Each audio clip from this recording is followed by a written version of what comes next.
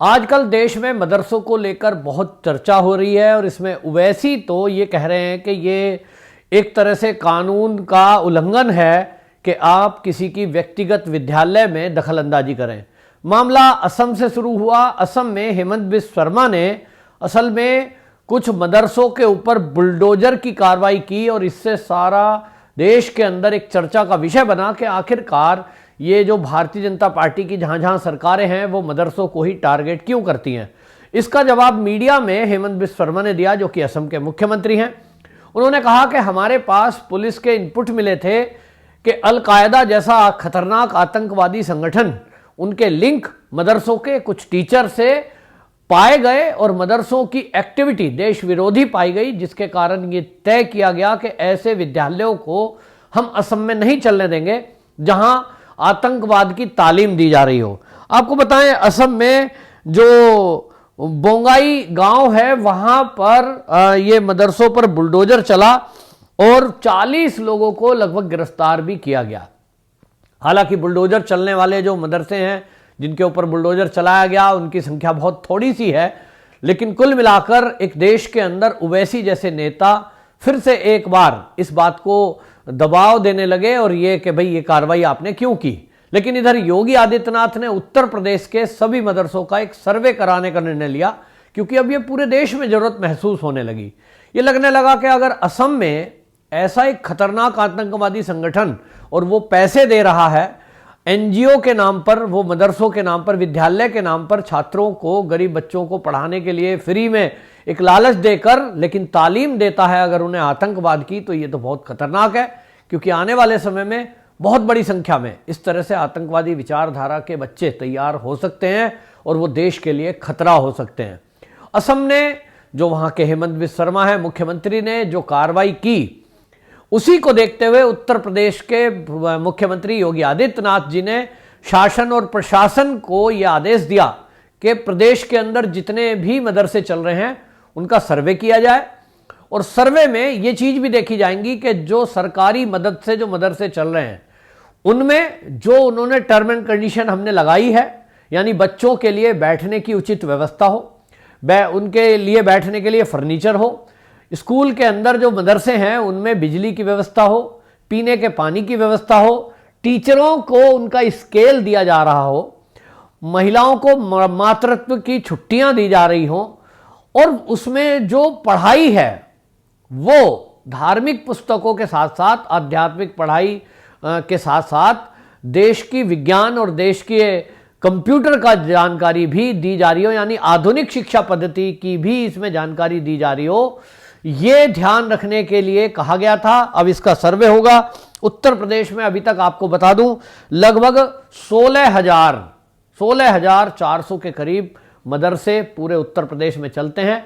16,400 मदरसों में 650 मदरसे ऐसे हैं जो सरकार की सहायता से चलते हैं। अब आप समझ सकते हैं, योगी आदित्यनाथ जी को ये कहते हैं कि साहब ये तो बहुत कट्टर हैं, कट्टर हिंदू हैं। योगी जी का दूसरा टर्म चल रहा है इस समय। यहां सहायता जो दी जाती है सरकार से वो बंद नहीं की गई। 650 मदरसों को सरकार की तरफ से मदद, अनुदान दिया जाता है। अब जब अनुदान सरकार देगी, मेरे जैसे टैक्स पेयर का पैसा उसमें लगेगा, तो निश्चित रूप से ये तो सरकार की जिम्मेदारी बनती है। मैं ये चाहता हूं कि जब मेरे पैसे से मदरसा अगर चल रहा है तो ठीक से उसकी जांच हो कि उसमें कहीं देश विरोधी एक्टिविटी तो नहीं हो रही है।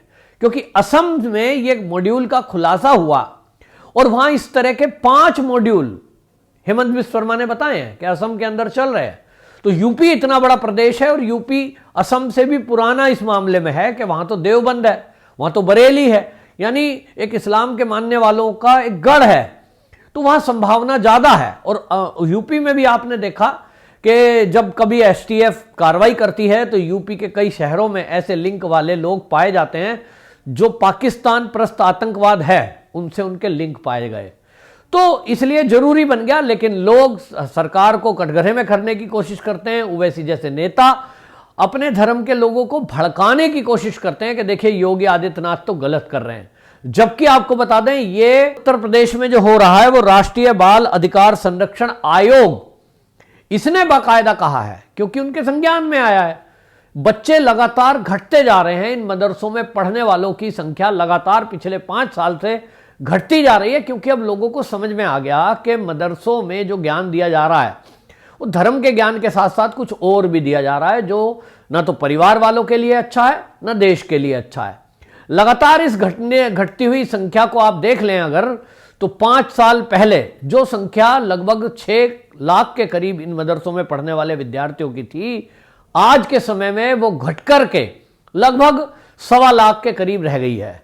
मात्र 1.25 लाख बच्चे इन मदरसों में पढ़ रहे हैं, और कट्टरवादी सोच ये जो पनप रही है वो केवल टारगेट करते हैं गरीब बच्चों को।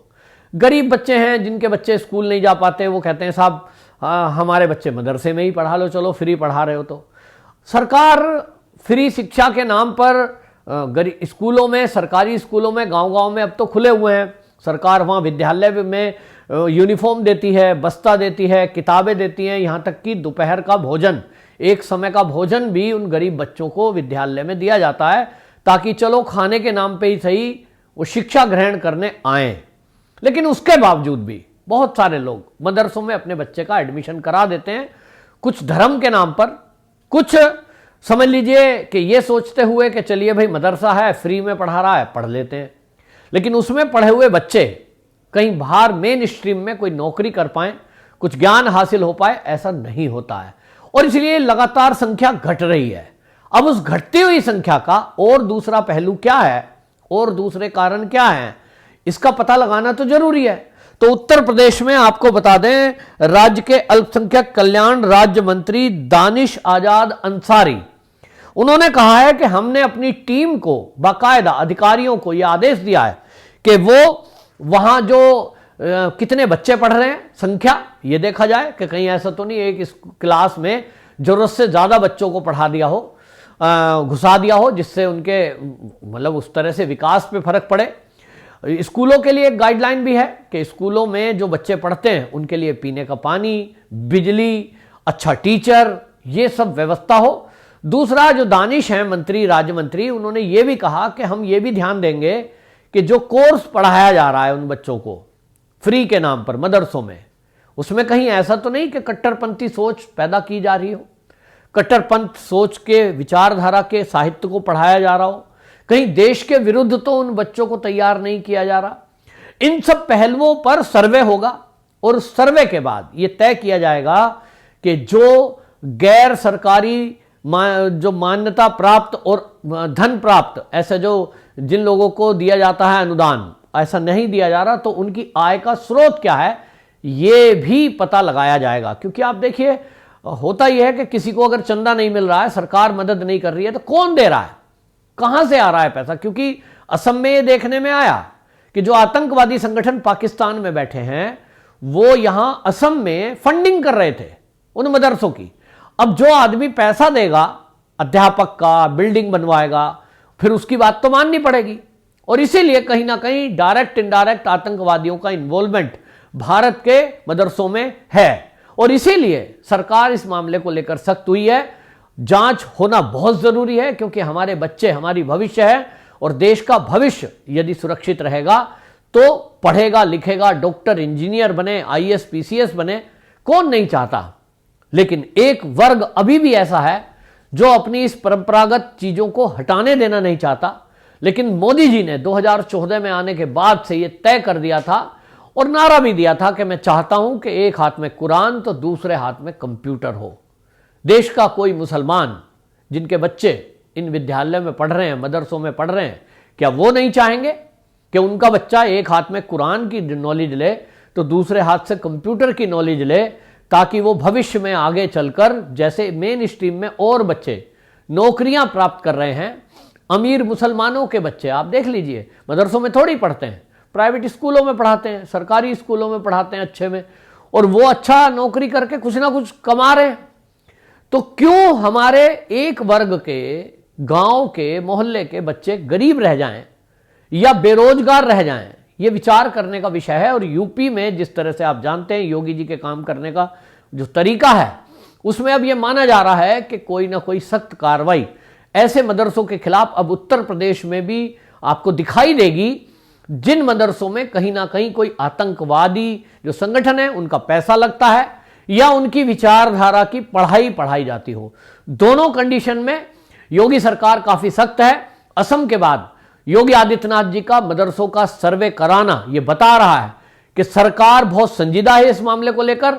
देश की तरफ से अगर मैं बात करूं तो पूरे देश के जो लोग हैं उनकी मांग है कि पूरे देश के मदरसों की इस मामले में जांच की जाए और पूरे देश के मदरसों पर नजर रखी जाए कि यहां पढ़ाया क्या जा रहा है, यहां परोसा क्या जा रहा है।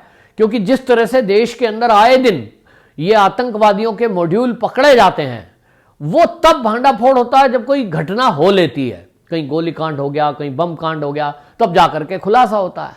तो उसके पहले ही हम तैयारी करें ताकि भविष्य में देश सुरक्षित रहे और देश का भविष्य जो हमारे बच्चे हैं वो भी कम से कम गलत हाथों में ना जाएं।